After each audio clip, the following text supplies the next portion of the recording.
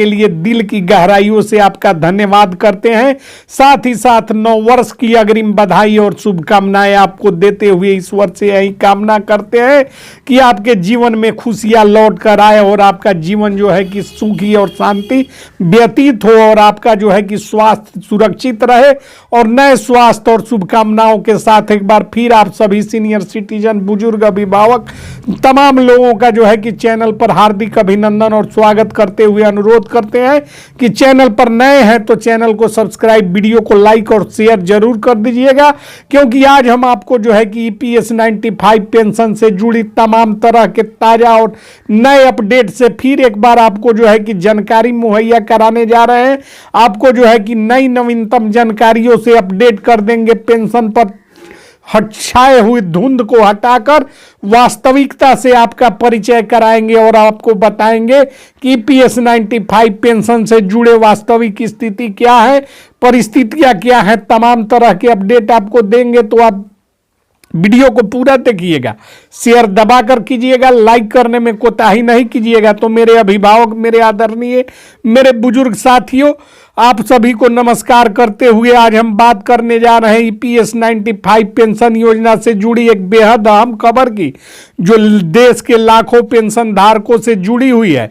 लंबे समय से ईपीएस 95 के तहत मिलने वाली न्यूनतम पेंशन 7,500 प्रति माह करने की मांग उठ रही है और इस मांग को लेकर देश भर में पेंशन धारण संगठन, कर्मचारी यूनियन और प्रतिनिधि लगातार सरकार तक अपनी बात पहुंचा रहे हैं।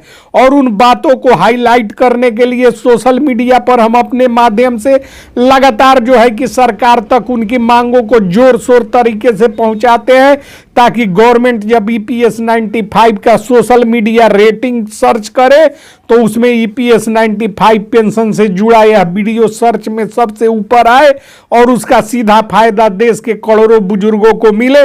तो रेटिंग तय करवाने के लिए वीडियो को लाइक जरूर कीजिएगा।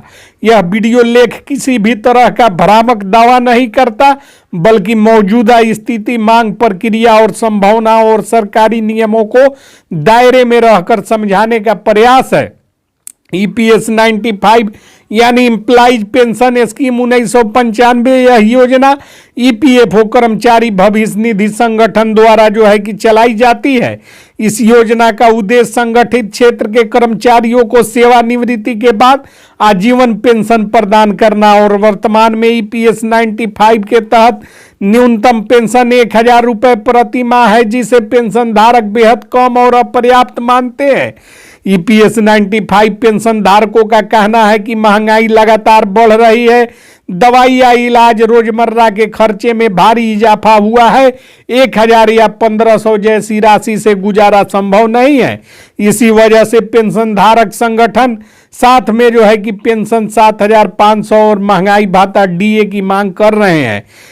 देश भर के कई संगठन जैसे ईपीएस 95 नेशनलाइजेशन कमेटी, कर्मचारी यूनियन, सेवानिवृत्त कर्मचारी संघ लगातार ज्ञापन सौंप रहे हैं और धरना प्रदर्शन कर रहे हैं।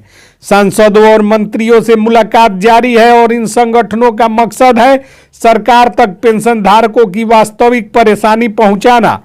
किंतु आपको बता देना चाहते हैं कि सरकार की ओर से समय समय पर यह कहा गया है कि पेंशन बढ़ोतरी एक नीतिगत निर्णय है, इसके लिए वित्तीय भार, एक्चुरियल गणना और कैबिनेट मंजूरी जरूरी होती है।